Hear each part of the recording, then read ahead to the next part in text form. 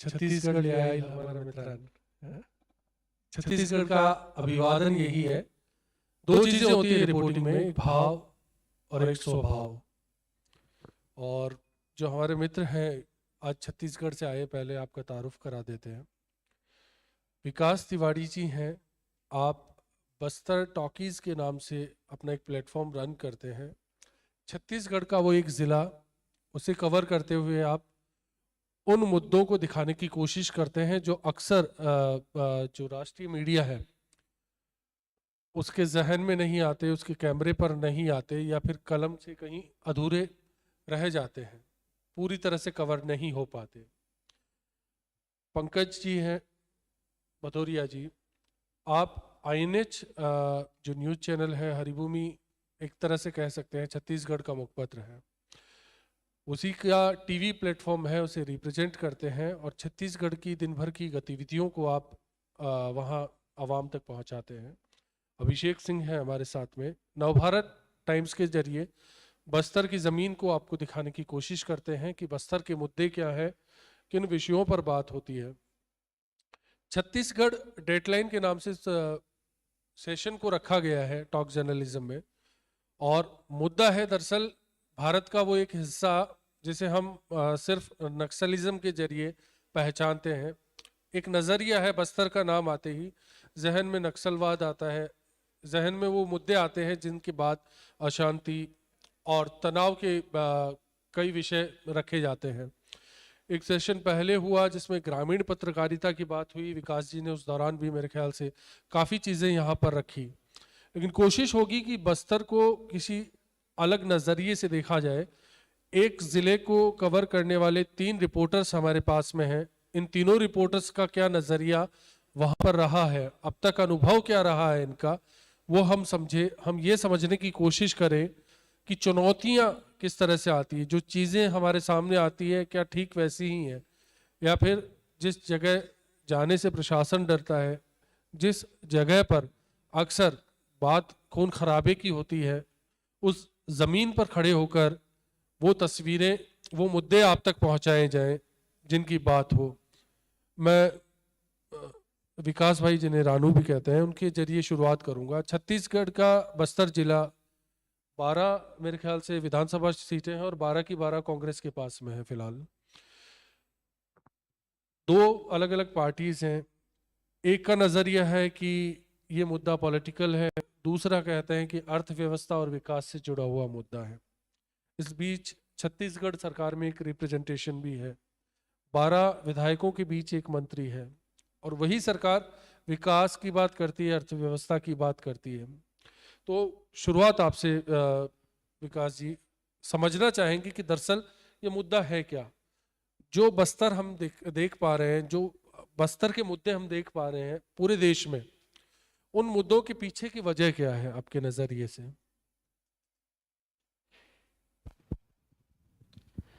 धन्यवाद सर आपका। और मुझे लगता है कि अभी थोड़ी देर पहले ही एक लंबी बातचीत हुई थी और बस्तर पे ही बातचीत हुई थी, और एक बार फिर से, लेकिन बस्तर ऐसा है कि भरा हुआ है, जितना बात कर लें उस पर तो उतना कम है। आपने नज़रिए की बात की, तो सबसे पहले बताऊं कि जो यहाँ दिल्ली के बैठे लोग हैं अधिकतर, जब तक बस्तर में 10-12 मौतें नहीं होती तो वहाँ की खबरें आती ही नहीं, और बाकी के जो मुद्दे हैं वो सिर्फ बस्तर के लिए मुख्य हैं। बस्तर से बाहर छत्तीसगढ़ के लोगों के लिए भी बहुत ज़रूरी नहीं है वहाँ के मुद्दे। अब जैसे किसान आंदोलन चला, पूरे देश में चर्चा हुई, किसी को पता है कि, शायद बहुत कम लोगों को पता भी हो कि बीजापुर के सिलगेर में आज 1 साल से आंदोलन चल रहा है। किसान आंदोलन में जो लोग बैठे थे, देखा जाए तो कई तरह से समृद्ध लोग भी थे और उस आंदोलन को चलाने में सक्षम भी थे, तभी उन्होंने चलाया भी, अलग अलग तस्वीरें भी आई और जरूरी मुद्दे पे बातचीत भी हुई और उसका एक रिजल्ट भी आया। सिलगेर का आंदोलन वो आंदोलन चल रहा है जहाँ पे आदिवासी हैं, वो आपस में चावल इकट्ठा करते हैं और इकट्ठा करके आज तक उस आंदोलन को जिंदा रखें, 1 साल से अधिक समय हुआ। विरोध किस बात का है? विरोध इस बात का है कि उनके इलाके में किसी ग्रामीण की जमीन पर बिना सरकार ने उनकी जानकारी के एक सुरक्षा कैंप लगा दिया। सुरक्षा कैंप क्यों लगाया? क्योंकि सड़क बनानी जरूरी है, और ग्रामीणों का कहना है कि सुरक्षा बल के कैंप जब लगाए जाते हैं, जवान सर्चिंग के दौरान जब जंगलों में जाते हैं तो आदिवासियों के साथ मारपीट करते हैं, उनकी गिरफ्तारियां करते हैं या कई बार एनकाउंटर में मार दिए जाते हैं। इस वजह से वे डरे हुए हैं कैंप से और उसका विरोध कर रहे हैं। 1 साल हो गया इस आंदोलन को। सिलगेर आंदोलन के जो आदिवासी, उन्होंने किसान आंदोलन को अपना समर्थन दिया, लेकिन किसान आंदोलन में जो लोग थे या जो लोग दिल्ली में बैठे हैं या दिल्ली के कुछ लोग ही हैं मुट्ठी भर जो एक आध बार सिलगेर गए हैं और उस पर उन्होंने रिपोर्टिंग की है। बाकी अगर आप देखें तो मुद्दा गायब है, चर्चा में ही नहीं है। बहुत लोगों को पूछे तो सिलगेर पता ही नहीं।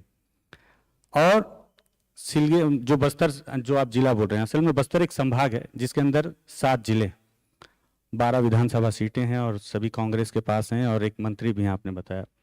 ये वही मंत्री और विधायक हैं, जब ये विपक्ष में हुआ करते थे तो ये उनके लिए मुद्दा हुआ करता था, और ये वही विधायक और मंत्री हैं जो उसी मुद्दे पे आज उसे दबाने पे लगे हुए हैं। मतलब कांग्रेस कहती है कि राजनीति का मुद्दा है तो हाँ, ठीक है, राजनीति का मुद्दा है तो ठीक है। केवल बयानबाजी, और बयानबाजी में भी ये है कि बस्तर में ये नहीं देखना है कि आदिवासियों को क्या लाभ हो रहा है, ये देखना है कि आदिवासियों के कंधे पे रखकर बंदूक किस तरह से चलाई जा सकती है, उनके नाम पे क्या योजना लाई जा सकती है, उसका फायदा कितना मिलेगा, क्योंकि योजना तो पहुंचने से रही। तमाम उदाहरण हमारे साथ पंकज भदौरिया हैं, मैं अभिषेक भदौरिया भी हैं, पास में आऊंगा। और ये लोग भी उस रिपोर्टिंग को करते हैं ग्राउंड पे। अभिषेक भदौरिया जी तो आपको इतने डिटेल में बता देंगे कि सरकार जिस तरह से, कभी राजीव गांधी जी ने शायद कहा था कि हम अगर 1 रुपया भेजते हैं तो 15 पैसा ही पहुंचता है, तो उसका पूरा उदाहरण में ही कहा था। अब बताइए। और यहीं पे उस बात की चर्चा हो रही है कि ये बात हकीकत बस्तर में होती है। अब मैं बोलता हूं कि उनको शायद डिटेल थोड़ा सा आंकड़ा कमजोर था, 15 पैसा भी नहीं पहुंचता, 5 पैसा पहुंच जाए तो भी आपके पास में आता हूँ। छत्तीसगढ़ को धान का कटोरा भी कहा जाता है, उपमा दी जाती है कि धान एक अच्छी क्वालिटी का, एक्सपोर्ट क्वालिटी का वहां पर होता है, बहुत ज्यादा होता है। सवाल मुद्दों का है कि जहां समृद्धि इतनी है वहां ये बदतर हालात भी है। सरकारों को देखने का नजरिया, विकास जी ने हमें बताया कि आप एक पक्ष में रहते हैं तो आपका नजरिया, आपका जो चश्मा है वो मुद्दों की तरफ रहता है, लेकिन दूसरी तरफ जब जाते हैं तो राजधानी केंद्रित हो जाती है और बाकी गौण हो जाता है। असल समस्या क्या है? क्योंकि वोटों की ताकत है, वोट तो गिरते हैं वहां पर। आदिवासी अगर अत्याचार का, प्रताड़ना का शिकार हो रहे हैं, हमने देखा है कई तरह के उद्भव हुए हैं, कई तरह की क्रांतियां वहां पर हुई हैं। अजीत जोगी जैसे नेता भी वहां पर हुए हैं, उन्होंने भी कोशिश की कि एक अलग मंच खड़ा किया जाए और फिर उनकी बात रखी जाए। क्या वजह है कि बस्तर का मुद्दा बस्तर तक सिमट कर रह जाता है? उस 4 दीवारी के बाहर निकलने के लिए उन मौतों का इंतजार करते हैं जो संख्या में दर्जन के हिसाब से गिनी जाए। दरअसल ऐसा है कि जो बस्तर है वो खबरों का एक बस्ता है। मतलब आप बस्तर में पहुंचेंगे तो वहां पर आपको खबरें ही खबरें नजर आएंगी, लेकिन उन खबरों को कैसे नेशनल मीडिया के प्लेटफॉर्म तक पहुंचाया जाए, ये आज की डेट में एक बड़ी चुनौती है। मतलब मैं दंतेवाड़ा से प्रॉपर बिलोंग करता हूँ। दंतेवाड़ा के अंदरूनी इलाकों में जाता हूँ, ग्रामीण इलाकों में से रिपोर्टिंग करता हूँ, रिपोर्ट करके लिखता हूँ। सबसे बड़ी बात है कि जब मैं ग्रामीण इलाकों में जाता हूँ, जैसे दंतेवाड़ा से मान लो मैं 40 किलोमीटर अंदर कोई गांव गया, अरनपुर मान लो गांव का नाम है, तो जो ग्रामीण हैं वो अपने प्रशासनिक अमले के बारे में वो कुछ नहीं जानते हैं, जीरो है। मतलब आप उनसे पूछेंगे आपके कलेक्टर का क्या नाम है तो उनको नहीं पता, पटवारी का नाम वो नहीं जानते। तो सोचिए कि जब हम इस लोकतंत्र में एक ग्रामीण स्तर तक में ये नहीं पहुंचा पा रहे हैं कि हमारा कलेक्टर कौन है और कलेक्टर के साथ में हमारा एसडीएम कौन है, पटवारी कौन है, तो हम आज तक उनको क्या दिए हैं। दूसरी बात, नक्सल इफेक्टेड तो है ही, ये तो पूरा देश जानता है, शायद इसीलिए हम लोग भी आज यहाँ पर बैठे हैं कि नक्सल इफेक्टेड इलाका है, इसलिए चलो सुनते हैं कि ग्रामीण इलाके के पत्रकार कैसे पत्रकारिता करते हैं। मैं आपको अपना खुद का आप बीती एक किस्सा बताता हूँ। दंतेवाड़ा जिले में आप गूगल कीजिएगा, एक डोरापारा की एक मुठभेड़ हुई थी 2017 में, जिसमें जवानों ने 3 महिला नक्सली कैडर के साथ 5 लोगों को मार गिराया था। तो जब ये मतलब इनकाउंटर शुरू हुआ तो 9 बजे के आसपास से इनकाउंटर शुरू हुआ और 10 बजे हम तक एक खबर पहुंच गई कि इनकाउंटर चल रहा है। तो भाई रिपोर्टर हैं तो स्वाभाविक सी बात है कि खबर कवर करने जाएंगे। हम लोग घटनास्थल की ओर निकले, 1-2 नदी को हम लोगों ने पार किया तो हम सोचे थे कि अक्सर होता है कि मुठभेड़ खत्म हो जाती है और मुठभेड़ स्थल से जवान मरे हुए नक्सलियों के शव लेकर के आते हैं, तो फोटो क्लिक करते हैं। तो एक्सक्लूसिव खबर का जो लालच थे, जब हम उसको पार किए नदी को, तो मुठभेड़ वापस शुरू हो गई वहां पर। और ऐसी मुठभेड़ शुरू हो गई कि नक्सली इधर से गोलियां चला रहे थे और इधर से जवान चला रहे थे, और उस रिपोर्ट के बीच में मैं फंस गया था। और ये मतलब गोलीबारी लगातार 3 घंटे होती रही। हम उसमें सोए रहे खेत के नीचे में। तब जा करके वो खबर हम रात के 10 बजे वापस लेकर पहुंचे। अपने अखबार को हमने वो खबर दी और दूसरे दिन वो खबर अखबार में हमारे नाम से नहीं छपी। तो बहुत दुख हुआ मेरे को कि हम इतनी मतलब ग्रामीण इलाके में मौत के बीच में जा रहे हैं, रिपोर्ट बना रहे हैं, और हमारा संस्थान हमको नाम तक नहीं दे सकता है। इस गुस्से में मैंने उस अखबार को ही छोड़ दिया। तो मतलब मेरा बोलने का मतलब है कि बस्तर के अंदर में जो पत्रकारिता है आज आपके नजरिए से मजबूरियां क्या रही होंगी? उस खबर को जितना तवज्जो मिलनी चाहिए वो नहीं मिल पाई। उस कवरेज के पीछे आपका जो योगदान था वो तस्वीर में नहीं आ पाया, क्योंकि सवाल राजनीति से ही हमारे देश में शुरू होते हैं। मुद्दों को जब नए आयाम देने की कोशिश की जाती है तो सबसे पहले राजनीति शुरू होती है। क्या लगता है कि जो संस्थान वहाँ पर है उनकी क्या मजबूरियां हैं? विकास के मुद्दों के लिए सबसे मुखर होकर कहते हैं कि कलम के सिपाही आगे आते हैं। आपने अपनी कलम के दम पर उन मुद्दों को लिखने की कोशिश की। पीछे बिहाइंड द कर्टेन हम क्या स्टोरी माने इसके पीछे? सबसे बड़ी बात है कि आज का जो मतलब परिवेश है, इसमें आलोचना कौन सुनना पसंद करता है? अगर किसी की आप व्यक्तिगत आलोचना कर देंगे तो वो आपसे नाराज हो जाएगा। ऐसे ही प्रशासन है, ऐसे ही सरकार है। हम जिस रिपोर्ट को बना करके पहुंच रहे हैं, जिस संस्थान को दे रहे हैं, वहां तक भी एक हमारी मतलब ये जवाबदारी है कि हम संस्थान को उतना ही दे जितना संस्थान चला ले। अगर हम पूरी चीजें निकाल करके। अब आप टीवी का रिप्रेजेंटेशन कर रहे हैं जी, क्योंकि मैं देख रहा हूँ कि तीनों विधाएं हमारे पास में है, वेब है हमारे पास में, टीवी है हमारे पास में, प्रिंट भी है। जी। मैं तीनों मुद्दों को समझने की कोशिश कर रहा हूँ। क्या नजरिया बदला कलम से कैमरा आती? बिल्कुल नजरिया बदला है। फर्क क्या फर्क महसूस किया आपने? किस चीज के बारे में? मुद्दों को किस तरह से देखा जाए? अभी ऐसा है कि अब जो मुद्दे हैं, जो ग्रामीण इलाके में जो मुद्दे निकल करके आ रहे हैं, ये जब से इंटरनेट आया है तब से ये इतनी जल्दी से फैल रहे हैं और ये मतलब नेशनल प्लेटफॉर्म में भी जल्दी से गेन कर जा रहे हैं। पहले जब तक इंटरनेट नहीं था तब तक कोई भी मुद्दा रहता था वो दब जाता था, मगर अब कोई मुद्दा दब नहीं पाता है। अगर मान लीजिए कि वो मीडिया प्लेटफॉर्म में भी नहीं आ रहा तो सोशल मीडिया के माध्यम से वो मुद्दा चारों तरफ सोशल फैल मीडिया जाता ने है। जी। क्रांति की है। लेकिन अभिषेक जी, आपके पास में आना चाहूंगा।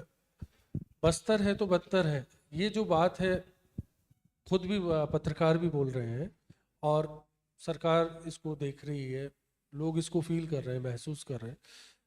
ऐसा क्यों है कि ये हालात लगातार, जब देश को बदलने की बात हो रही है, हम तो ऐसी गवर्नमेंट की बात कर रहे हैं कि जो देश को आगे लेके जा रहे हैं, लेकिन बस्तर के वही मुद्दे हैं जो 2 दशक पहले और 4 दशक पहले ही थे। देखिए, बस्तर की जब बात होती है तो पहला ध्यान जाता है नक्सलवाद, कि यहाँ नक्सलवाद को लेकर ये समस्याएं हैं, चुनौतियां हैं, चाहे विकास के कार्य हों, चाहे रिपोर्टिंग हो। एक पहलू जो अनछुआ है, जिस पर लोगों का ध्यान नहीं जाता, कि नक्सलवाद, बम बारूद का जो धुआं है, उसके पीछे भ्रष्टाचार और प्रयोगशाला की बड़ी इमारतें खड़ी हैं। बस्तर करप्शन का एक ऐसा लेबोरेटरी है, कहना चाहिए। इसकी देन ये शासन और प्रशासन की ही देन है कि आप देखेंगे कि जितने भी पिछले, मैं 8-10 सालों से रिपोर्टिंग कर रहा हूँ प्रिंट मीडिया में, जितने भी नए फ्रेश आईएएस कलेक्टर्स, अब दंतेवाड़ा या दक्षिण बस्तर को प्रयोगशाला क्यों बनाया गया या बन गई है इन अधिकारियों के या शासन के नीति के कारण। कलेक्टर्स आते हैं, वहां की स्थानीय समस्याओं पर फोकस ना करते हुए उनके अंदर की एक महत्वाकांक्षी कोई योजना या कोई आइडिया, उसको थोप दिया जाता है। और दक्षिण बस्तर में क्या है, आप देखेंगे कि फंड के नाम पर डीएमएफ, सीएसआर, एससीए, केंद्र की, राज्य की बहुत सारी योजनाएं हैं, जिसमें अतिरिक्त फंड बहुत एक बड़ा अमाउंट है उसका।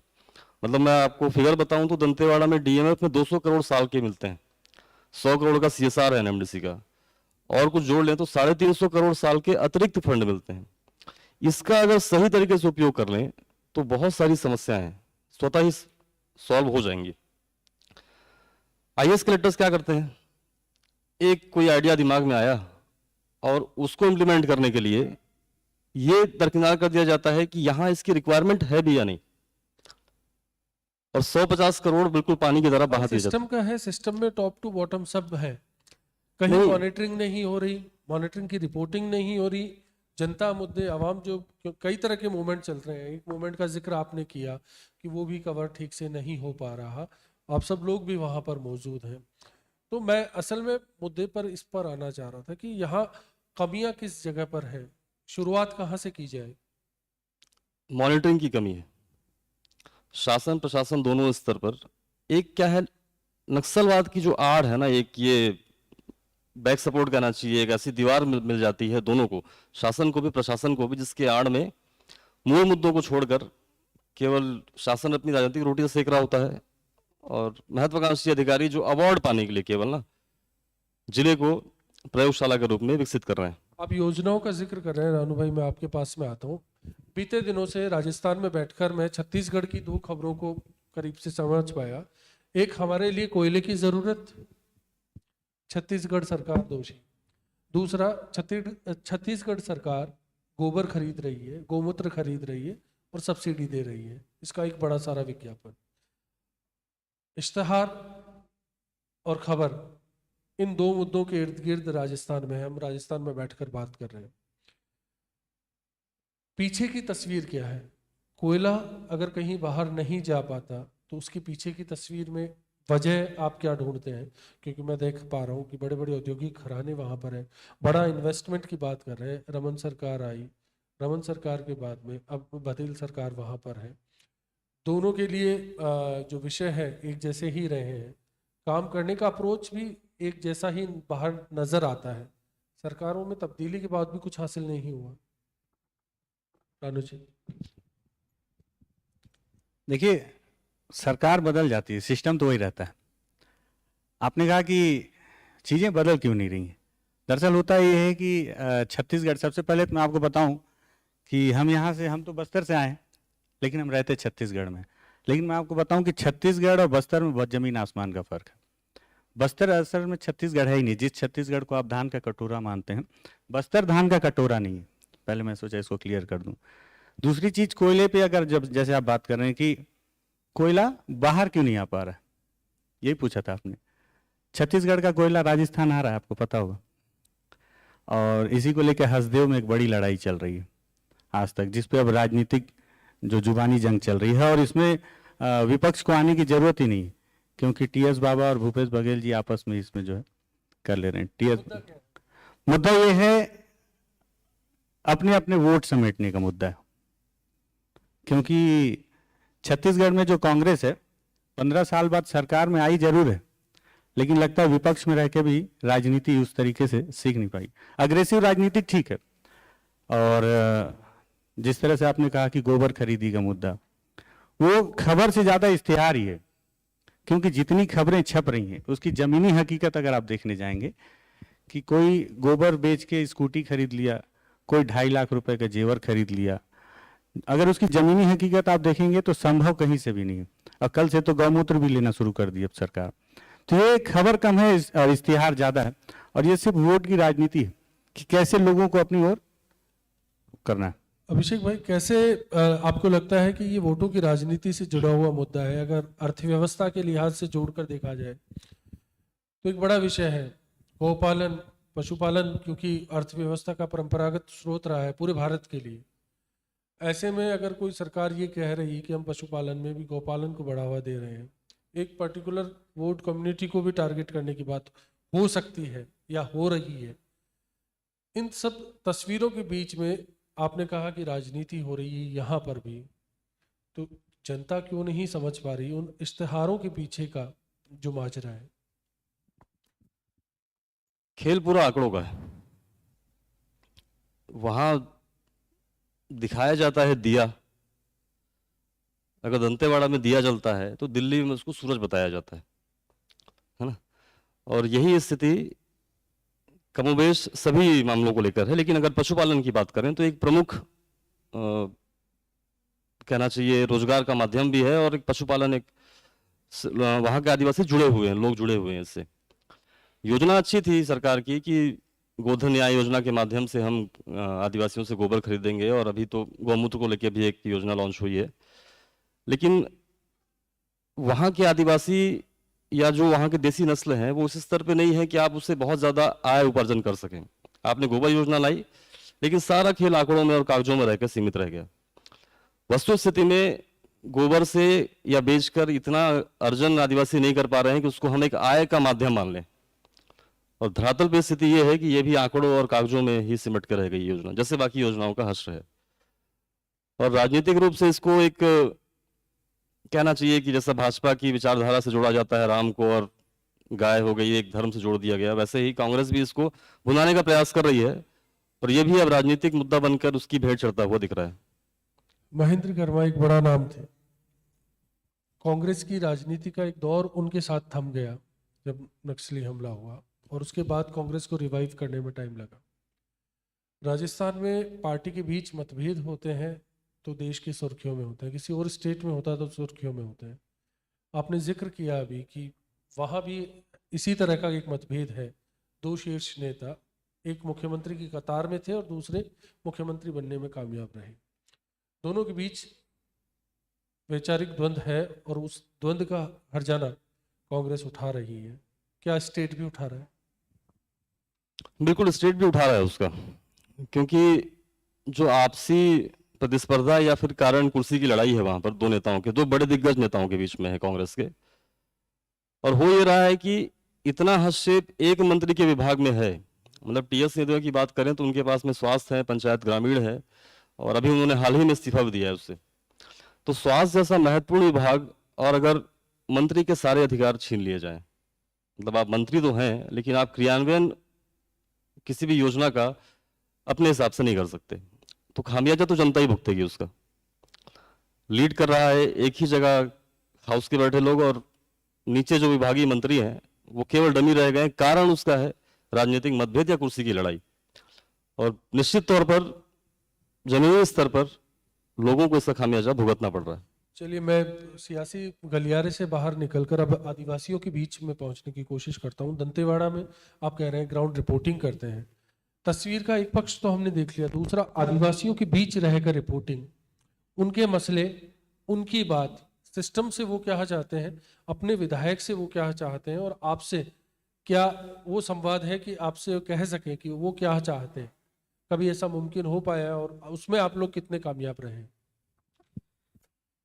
देखिए, जब जो ग्रामीण इलाके में जहाँ आदिवासी रहते हैं, आदिवासी गोंडी भाषा बोलते हैं, और उनकी बहुत कम जरूरत है। सरकार से उनको कुछ नहीं चाहिए, सरकार से उनको कुछ नहीं चाहिए, सिर्फ सरकार से वो शांति की मांग करते हैं।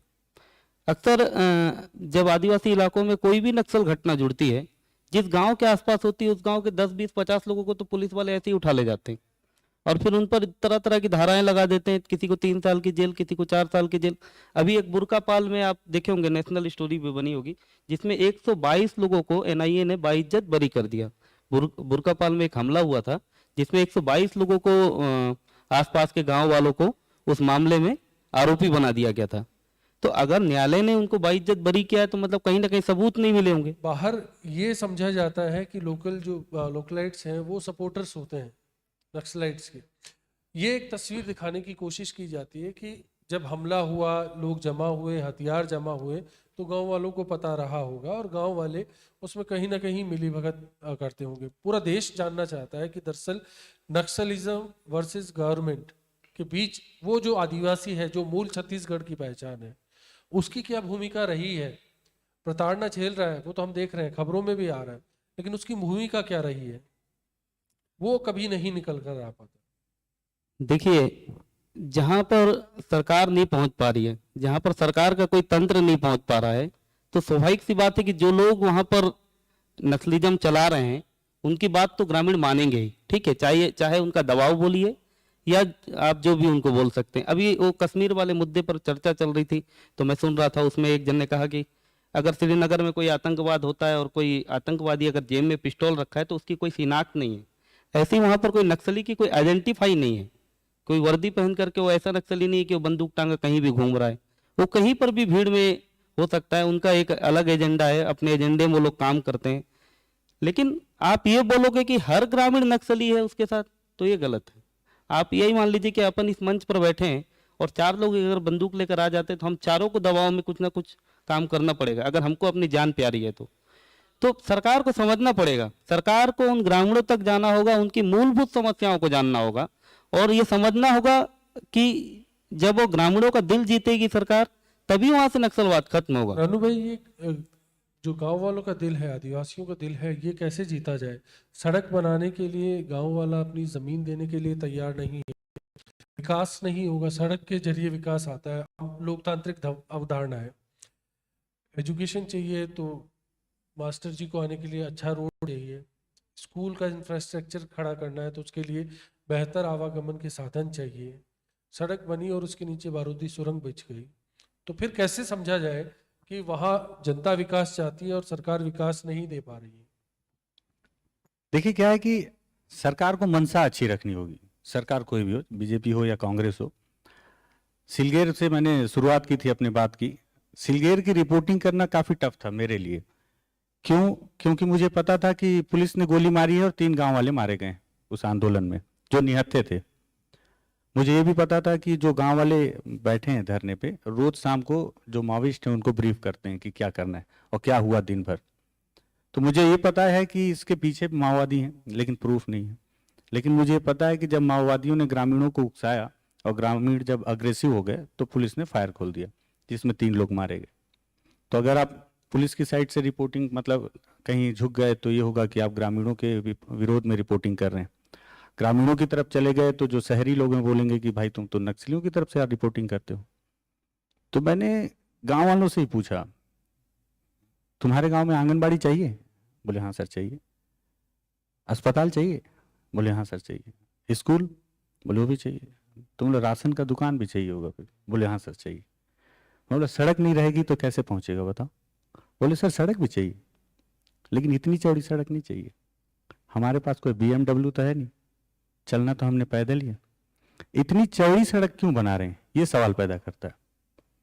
अब आप सोचिए कि वो जो सड़क है 4 लेन से थोड़ी सी छोटी सड़क है, ऐसे आपको लगेगी देखेंगे, और किसी गांव वाले के पास साइकिल नहीं है।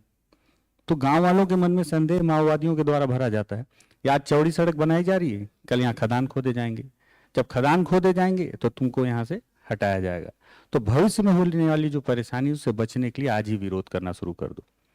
और गांव वालों की बात जल्दी समझ में आती है, क्योंकि उनके पास उदाहरण है, सरकार के पास उदाहरण नहीं है।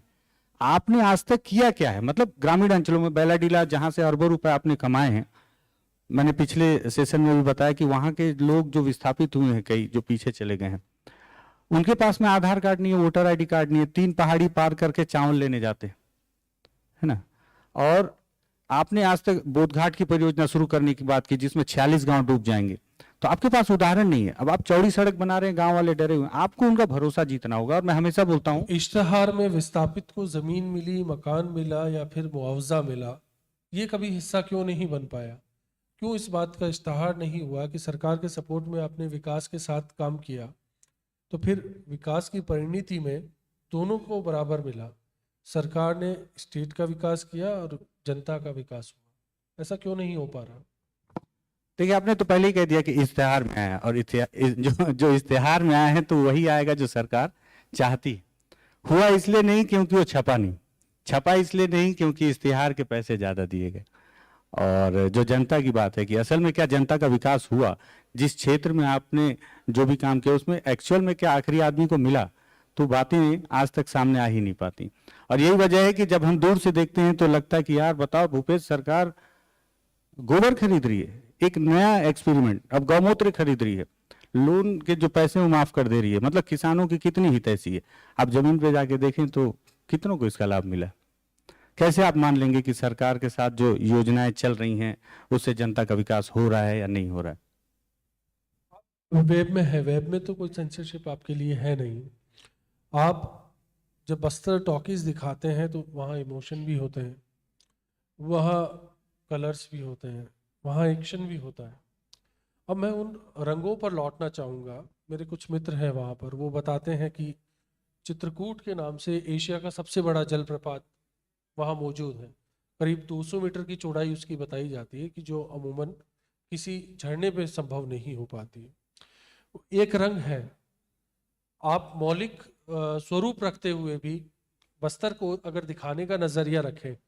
मैं जब देखता हूँ मध्य प्रदेश सरकार गिर को लेकर एक बड़ा गुजरात में गिर को लेकर कैंपेन होता है, मध्य प्रदेश में कान्हा को लेकर होता है, राजस्थान में रणथंभौर को लेकर एक कैंपेन होता है, लेकिन छत्तीसगढ़ में क्या वजह है कि बस्तर की वो खूबसूरती, वो आदिवासियों के बीच का सौंदर्य नहीं दिखाया जाता। हम किसी टीवी क्लिपिंग में नॉर्थ ईस्ट के उन आदिवासियों को देखते हैं जो सामूहिक नृत्य कर रहे होते हैं, परंपरागत वेशभूषा में आकर्षित करते हैं, लेकिन बस्तर से वो तस्वीरें हमारे बीच में निकल कर नहीं आ पाती। हम behind the curtain of the camera अपने सोशल मीडिया प्लेटफॉर्म्स के जरिए, हमारी क्या मजबूरी है कि हम उन रंगों को नहीं दिखा पा रहे जो अमूमन उस जमीन के बीच में हम खुद जाकर महसूस करते हैं और आनंदित हो सकते हैं। देखिए, आपने अपने हर सवाल के पहले जो एक लाइन जोड़ा था ना, इश्तिहार, और मेरा हर जवाब वहीं से शुरू होता है कि इश्तिहार में देखेंगे तो बहुत खूबसूरत है, लेकिन हकीकत ये है कि चित्रकूट जलप्रपात है, असल में वो चित्रकूट है, और उस जलप्रपात को कई बार दिखाया भी गया समय समय पर। अभी बीते दिनों मैंने एक जलप्रपात की स्टोरी की थी, तो मैंने देखा कि बताया कि पर्यटन विभाग करोड़ों रुपए सिर्फ इश्तिहार पे खर्च करता है। एक चित्रकूट, एक तीरथगढ़ का फोटो ले लेगा और उसे राजधानी में बड़े बड़े बैनर पोस्टर लगाएगा और उसके साथ में करोड़ों रुपए अलग अलग समितियों के थ्रू खर्च करेगा।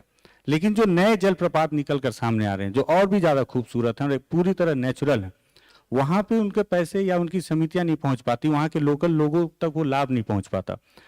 जिस तरह से, हालांकि बस्तर में रंग कई हैं, जैसे आपने अलग अलग जगह का उदाहरण बताया, तो बस्तर का दशहरा खूबसूरत है और बस्तर के दशहरे को और खूबसूरत बनाने के लिए सरकार सोचती है कि इसको खर्च किया जाए और इसको बहुत वृहद तौर पर किया जाए। लेकिन अब आपको क्या बताऊं कि बस्तर का दशहरा हर बार उधारी में मनाया जाता है, मतलब उसकी फंडिंग तक नहीं हो पाती, 50-60 लाख रुपए।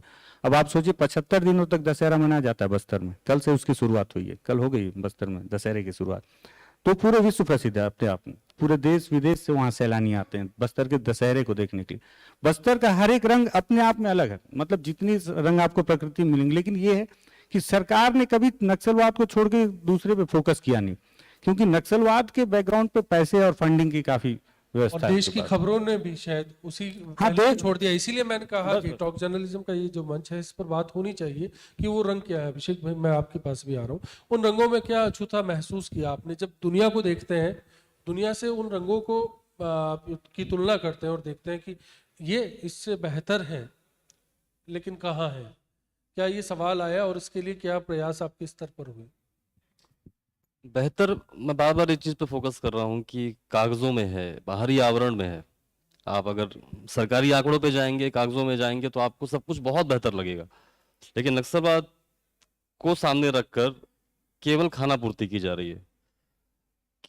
अगर शासन प्रशासन केवल अपनी योजनाओं का क्रियान्वयन सही तरीके से कर लेना बस्तर में या दक्षिण बस्तर में, तो वो पर्याप्त है वहां की तस्वीर बदलने के लिए। लेकिन आदिवासी और नक्सलवाद की आड़ पर इनके हितैषी हम बनते हैं और नक्सलवाद का दंश दिखाते हुए केवल और केवल बाहरी आवरण आपको खूबसूरत दिखेगा। नहीं, मैं इसलिए कह रहा हूँ क्योंकि यहाँ कहीं ना कहीं एक द्वंद्व है बीच में।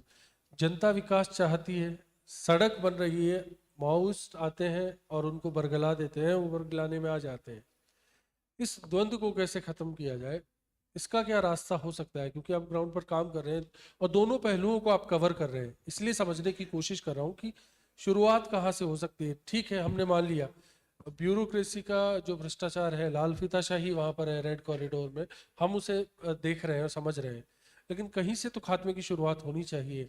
वो रास्ता कहाँ से? सिरा कहीं नहीं मिल पा रहा। देखिए, शासन को आदिवासियों का विश्वास जीतना पड़ेगा।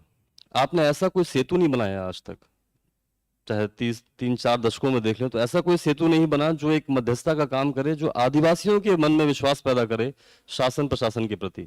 आपने ऐसा कुछ नहीं किया है, और जब तक आप ये विश्वास अर्जित नहीं करेंगे, मतलब आज अगर सड़क के नाम पे आप विकास की बात करते हैं, तो आदिवासियों में भय है कि आप इसकी आड़ में खदानों के लिए रास्ता तैयार कर रहे हैं।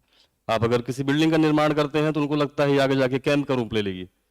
आप स्कूल भवन का निर्माण करते हैं, बाद में उन स्कूलों में ही पीएसओ को रखा जाता है और एसपीओ को रखा जाता है, और वो एक नक्सलवाद से जूझने के लिए एक माध्यम बन जाता है। तो कहीं ना कहीं आपके जितने भी कार्य हैं वो केंद्रित होते हैं नक्सलवाद को लेकर ही और बंदूक और बारूद को लेकर ही।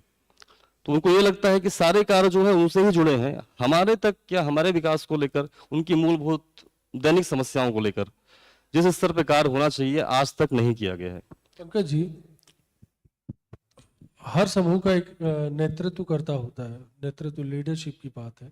आदिवासियों के बीच में भी होगी जो मौज से इत्तेफाक ना रखे, प्रशासन के बीच में सेतु का काम, क्योंकि सेतु की जब बात हो रही है, या फिर पत्रकार वो माध्यम क्यों नहीं बन पाते? सेतु की ज़रूरत है, बेहतर जरिया है, लेकिन वो बेहतर जरिया पूरा नहीं हो पा रहा, इसके पीछे क्या वजह है?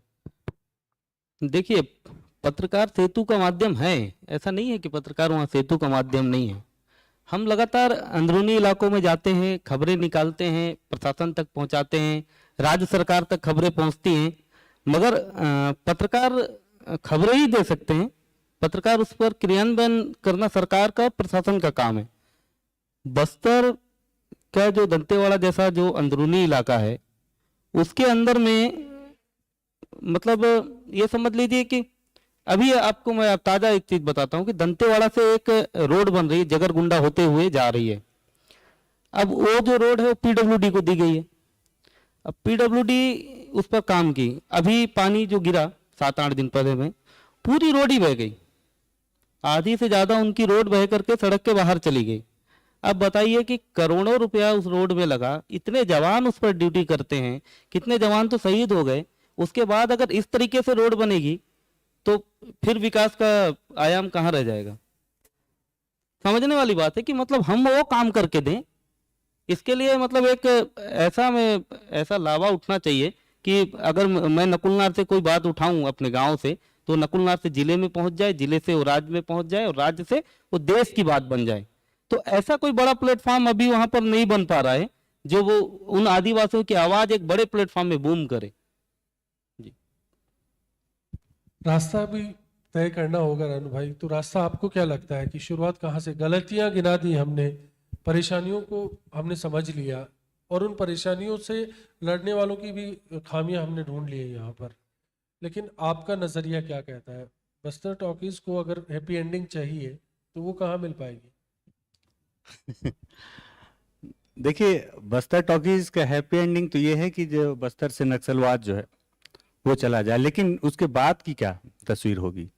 हो सकता है कि कई लोग मुझसे इत्तेफाक ना रखें या मेरे बातों का विरोध करें। मैं इस बात का विरोध करता हूं हमेशा कि रायपुर में बैठा आदमी जो छत्तीसगढ़ की राजधानी हो, हमेशा बोलता है यार आपके बस्तर में तो पूरा लाल आतंक है। एक दिन मैंने अपने एक मित्र से पूछा कि आप हमेशा हमारे बस्तर को लाल आतंक कहते हैं और लाल लड़ाकों का गढ़ कहते हैं, तो एक महीने का एक रेशियो, एक आंकड़ा निकाल लो।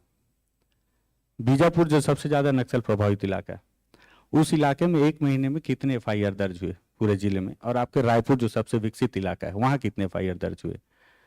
बीजापुर में क्या बलात्कार का केस आया, क्या छेड़छाड़ के केस आए, क्या नकबजनी के केस आए, क्या ठगी के केस आए, लूटपाट के केस आए? नहीं, बस एक नक्सल अटैक हुआ, और इससे 3 से 4 या 5 गुना ज्यादा केसेस जो है आपके विकसित रायपुर में हुए। उसके बावजूद भी आतंक का गढ़ आपका रायपुर नहीं है, हमारा बस्तर है, जहां एक महिला रात को 8 बजे अपने घर से निकल के दूसरे गांव अकेली चली जाती है। और विनोद कुमार शुक्ल जी ने इस पर किताब लिखी है, कविता लिखी है कि गीदम की आदिवासी लड़की को जंगल जाने से डर नहीं लगता, उसको बाजार जाने से डर लगता है। तो बाजार में क्योंकि आपके बाहरी लोग हैं। इसका अंत कैसे होगा? अंत होगा, अभिषेक जी ने कहा कि आदिवासियों का भरोसा जीतना होगा, लेकिन मैं बोलता हूं कि आदिवासियों का भरोसा नहीं जीतना होगा, आदिवासियों के भरोसे पे सरकार को खरा उतरना पड़ेगा। मतलब मैं आपको 100 रुपए दूंगा और सामने वाला मान लिया, तो आदिवासियों का भरोसा हमने जीत लिया कि मैंने कहा कि मैं आपको 100 दूंगा और उसने मान लिया। लेकिन जब मैं आपको 100 रुपए कह के दे दूंगा, तब आदिवासियों के भरोसे पे आप खरे उतरेंगे कि हाँ इसने कहा था 100 रुपए दूंगा, इसने दिया। लेकिन आप कोई भी सरकार हो, वो आदिवासियों के भरोसे पे खरा नहीं उतरती, लेकिन नक्सली खरे उतरते हैं। आज आप नक्सलवाद को चाहे जितना गरिया लें, चाहे जितना उसके लिए जो भी बोलते हैं, लेकिन आपको याद रखना होगा कि ये रक्त बीज आप ही ने पैदा किया है। ये जो आप ही के सिस्टम ने, आप सोचते हैं कि कलेक्टर बड़ा आदमी होता है, बस्तर के अंदरूनी इलाकों में पटवारी और सचिव सबसे बड़ा आदमी होता है। आप कैमरा थामे खड़े हैं, आपके हाथ में जिम्मेदारी है, आपके दोनों पहलू आप देख रहे हैं, और दोनों पहलुओं की तुलना भी आपने यहाँ पर रख दी। लेकिन सवाल यह है कि हम डेमोक्रेसी में सरवाइव कर रहे हैं, एक लोकतांत्रिक देश के लिए कुछ जिम्मेदारियां नागरिक के दायित्वों में भी संविधान ने दी है और उनको समझते हुए भी हमें इस मंच पर बात करनी है। तो उस लिहाज से ना इत्तेफाकियां हो सकती हैं लोकतंत्र में, लेकिन आखिरकार लोकतंत्र की जय होनी चाहिए, ये हम सब मानते हैं। करप्शन है तो करप्शन के खात्मे का भी विकल्प हो सकता है, इसलिए मैं लगातार समाधान की बात कर रहा हूँ। सेतु एक विकल्प हो सकता है कि प्रशासन और जनता के बीच में, आवाम के बीच में एक सेतु का काम करे। वो सेतु कौन हो सकते हैं, ये दूसरा मुद्दा यहाँ पे आप लोगों के जरिए समझ में आ रहा है। लेकिन सवाल तीसरे पहलुओं का भी है कि पूरा देश क्या सोचता है। मेरे ख्याल से इस डिस्कशन के बीच में अब वो दौर आ गया है कि जब आपके पास में वो सवाल सामने की तरफ से आए और वो समझने की कोशिश करें कि क्या वजह है कि प्रशासन वहां तक नहीं पहुंच पाता जहां एक पत्रकार जाकर उस तस्वीर को दिखाने की कोशिश करता है, और जब वो तस्वीर लेकर आता है तो इस बात की गारंटी नहीं होती कि वो तस्वीर कल चल जाएगी। उस पहलू को भी दिखा दिया जाएगा। तो मैं उम्मीद करूंगा कि ये सवाल अब आप लोगों की तरफ से आए कुछ, और एनी वॉलंटियर जो फोर्थ क्वेश्चन है।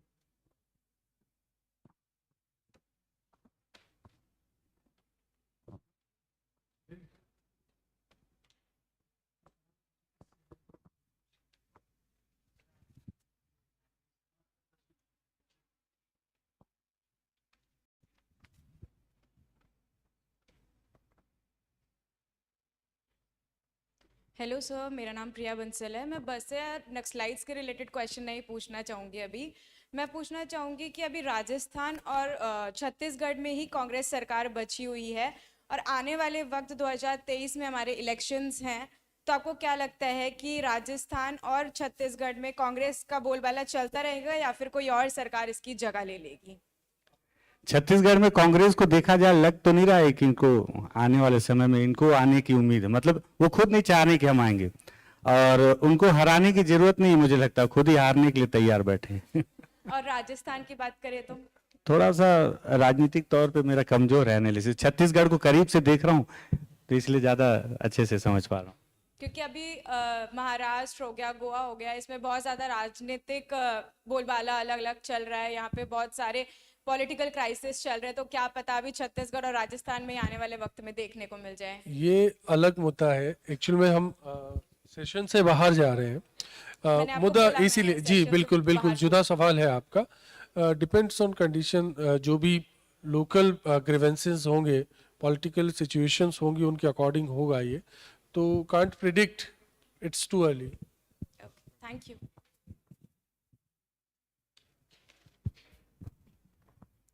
नमस्कार सर, मैं रुचिका जैन उदयपुर राजस्थान से, और मेरा प्रश्न ये है कि जैसा कि तिवारी सर ये बात कह चुके हैं कि नक्सलवादी में उन्होंने बहुत काम किया है, उस गांव में बहुत रिपोर्टिंग की है, या वहाँ की सारी सूचनाएं हैं, रिपोर्टिंग यूट्यूब के द्वारा हमारे तक पहुँच रही है या पूरी दुनिया तक पहुँच रही है। प्रश्न मेरा छोटा सा है लेकिन बहुत कठिन है, और बहुत सारे रिपोर्टर्स जो अपकमिंग जर्नलिस्ट हैं वो शायद कहीं ना कहीं खुद की जान का खतरा भी रहता है कि पहले खुद को बचाओ फिर तुम रिपोर्टिंग पर जाओ। तो जब भी हम इस पर्टिकुलर एरिया की बात करते हैं जिसमें आप कह सकते हैं कत्ल आ जाते हैं या फिर रेप से रिलेटेड रिपोर्टिंग होती है, तो उसमें एक जर्नलिस्ट को कहीं ना कहीं घसीटा जाता है, एज ए उनको जान की धमकियां मिलती है। तो इससे कैसे प्रिवेंट हो सकते हैं, या इससे किससे आपको बेखौफ पत्रकार बनना है? ये बोलने में सुनने में बहुत अच्छा लगता है, बट जब असली में, क्योंकि उदयपुर में जब पिछले दिनों जो घटना हुई थी उसमें हमारे पूरे शहर में अच्छे अच्छे लोग घर में बैठकर सिर्फ एक मीडिया की न्यूज़ चला रहे हैं, रैंडम फोटोग्राफ चला रहे हैं, पत्रकारिता के नाम पे वही हो रहा है। वहाँ जाकर रिपोर्टिंग कुछ ही मात्र नेशनल चैनल्स के लोग आए थे और उन्होंने की थी। तो क्योंकि अब मेरा प्रश्न ये है कि बेखौफ पत्रकारिता किस तरह की जाए? धन्यवाद। बचपन में एक लाइन पढ़ा था, अभी अभी समझ में आया कुछ दिन पहले, कि मूसर में सिर डाल दियो तो नहीं, ओखली में सिर डाल दियो तो मूसर से क्या डरना। तो बेखौफ पत्रकारिता करना है तो समझ लीजिए कि अपना सिर जो आपने ओखली में डाल दिया है, अब मूसर से डरने की जरूरत नहीं है।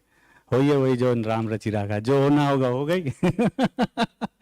तो फिर क्योंकि डर तो हर किसी के मन में है, मैं खुद बोलता हूँ कई बार कि बस्तर के कई अंदरूनी इलाकों में रिपोर्टिंग करता हूँ, कई ऐसे मौके भी आते हैं जब डर लगता है, और मैं बोलता हूँ मैं शक्तिमान नहीं हूँ भाई, डर लगता है मेरे को भी, और डर हर किसी को लगता है, लेकिन उस डर से आगे निकलना पड़ेगा, और या तो फिर काम छोड़ना पड़ेगा या तो डर के आगे निकलना पड़ेगा। तो होना जो होगा तो होगा ही, क्योंकि कई बार जैसे कई लोग बोलते हैं कि बस्तर में पत्रकार जान जोखिम में डाल के पत्रकारिता करता है। मैं बोलता हूँ भाई बस्तर में पत्रकार जान जोखिम में डाल के पत्रकारिता नहीं करता, मैं तो कर रहा हूँ। अब कभी कभी हादसा हो जाए तो अलग बात है, ये हादसा हो जाए, अब ये दोनों तरफ से गोलियां चल रही है, गोली पे कोई ड्राइवर तो चला नहीं रहा है, लग सकता है इनको अब ये चलेगा वहां रिपोर्टिंग करने एक्सक्लूसिव पिक्चर के लिए, तो ऐसे हादसे हो सकते हैं।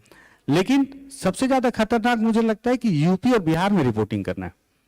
बस्तर में मैं बता रहा हूँ कि बस्तर में हम लिख देते हैं कि माओवादियों ने कायराना करतूत की, पिछले सेशन में मैंने बताया था, माओवादी बोलते हैं कि हमने कौन सी कायराना करतूत की भाई, जवान हमको मारने जंगलों में आए, हमने उनको मारा, तो इसमें हम कैसे कायर हुए? वो तो हमको मारने आए थे ना, हम थोड़ी मारने शहर गए थे। आप शब्दों का चयन सोच समझ के करें। आपने कैसे कह दिया कि वोट देने पर नक्सली उंगली काट देते हैं? कितनी उंगलियां आपने इकट्ठी की हैं? मुझसे सवाल किया। ऐसे कई सवाल करते हैं नक्सली, तो एक एक शब्द पे, लेकिन सवाल पूछते हैं नक्सली, और पत्रकारों को मारते नहीं। एक घटना याद आ रही है मुझे, अबूझमाड़ के बहुत अंदरूनी इलाकों में मैं गया, उस इलाके में पहुंचा तो आधे घंटे के बाद मुझे पता चला कि मैं गलत इलाके में आ गया हूँ। नक्सलियों के जो मिलिट्री विंग होते हैं, लगभग 45 की टीम वहां बैठी हुई थी, 47, उनके पास 47 ही होता है सबके पास में, बड़ी टीम थी। तो 2 नक्सली मेरे पास आए वर्दी लेके, थोड़ी देर बाद पूछे कैसे आए? मैं बोला मोटरसाइकिल से। बोले यहाँ कैसे आ गए? मैं बोला ऐसे आ गया पूछते पूछते। किससे पूछ के आया? मैं बोला किससे पूछता? तो बोले हमारे किसी आदमी से। मैं बोला आप कोई कार्यालय थोड़ी बाहर आपका कोई अर्दली बैठा हो कि सर अंदर बैठे हैं क्या, जा सकता हूँ क्या? तो बोले नहीं ऐसे नहीं आना चाहिए। मैं बोला क्यों? बोले असल में जिस रास्ते से आप आए हैं उस रास्ते पे हमने कई इलाकों में बम लगा रखे हैं, क्योंकि उनकी मिलिट्री विंग बैठी हुई है। अगर मान लीजिए आप उसकी चपेट में आ जाते तो बाहर पुलिस बोलती कि देखो नक्सलियों ने पत्रकारों को मार दिया, लेकिन आप बताइए हम तो आपको बहुत इज्जत से बात कर रहे हैं। मैं बोला ये बात तो सही है तकनीकी तौर पे, लेकिन ये बिहार और यूपी में नहीं होता। आप एक ईंट भट्टे वाले के खिलाफ लिख देंगे ना, तो दिन में चलती सड़क पे कट्टा सटाएगा, बूम। तो खतरा वहां है। लेकिन अब ये है कि रिपोर्टिंग करनी है, यूपी में पता नहीं कितने पत्रकार मारे जा रहे हैं दिन दहाड़े, तो खतरा वहां है, लेकिन क्या करेंगे, रिपोर्टिंग तो करनी है। लेकिन सवाल है फिर भी असुरक्षा महसूस होती है, किडनैप होते हैं और किडनैप के बीच में वो तस्वीरें भी दिखाई जाती है, ये असुरक्षा है वहां पर। आप दोनों के अनुभव इस बारे में कुछ?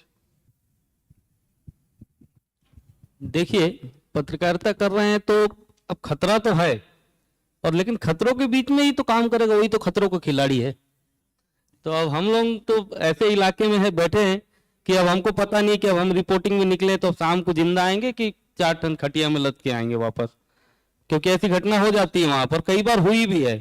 एक बार का मैं खुद की बात बता रहा हूँ कि मैं गया था, नक्सली स्पाइक होल लगाते हैं। स्पाइक होल नीचे में लोहे के राड होते हैं, ऊपर में बांस को लगा दिया जाता है, पूरा आपको सड़क के जैसा दिखेगा, लेकिन अगर उस पर बाइक आपकी गई तो मान लीजिए कि आप जिंदगी भर के लिए अपंग हो जाएंगे, मरेंगे नहीं तो, क्योंकि पैरों में राड पूरे घुस जाएंगे। तो मेरा बाइक का पिछला हिस्सा घुसा, गनीमत रही कि मेरी बाइक स्किड करके बाहर निकल गई, नहीं तो अगर उस पर चली जाती तो हो सकता है कि आज रिपोर्टिंग करने के लिए अगर मैं यहाँ आता भी तो 2 बैसाखी में आता, या फिर आता ही नहीं, क्योंकि फिर गिनती से बाहर हो जाता ना मैं। तो ऐसे ही है वहां पर। तो अभिषेक भाई कुछ? हाँ, चुनौतियाँ तो बहुत हैं। जैसे एक वाक्य मुझे भी याद आया कि एक बार वहाँ पर क्या होता है, अमूमन जब सुरक्षा बलों का कैंप किसी गांव में स्थापित होता है तो ग्रामीणों का विरोध देखने को मिलता है अक्सर। ऐसा नहीं है कि हर बार विरोध ग्रामीण कर रहे होते हैं, कई बार दबाव में करना पड़ता है उनको। तो ऐसे विरोध की रिपोर्टिंग के लिए फोन भी आते हैं, और माध्यम होते हैं सूचना पहुंचाने के, फोन के माध्यम से या व्यक्ति आ जाता है। हम लोग जा रहे थे, नहाड़ी एक गांव है, काफी अंदरूनी, बहुत अंदरूनी है, वहां पर एक सीएएफ का कैंप स्थापित होना था।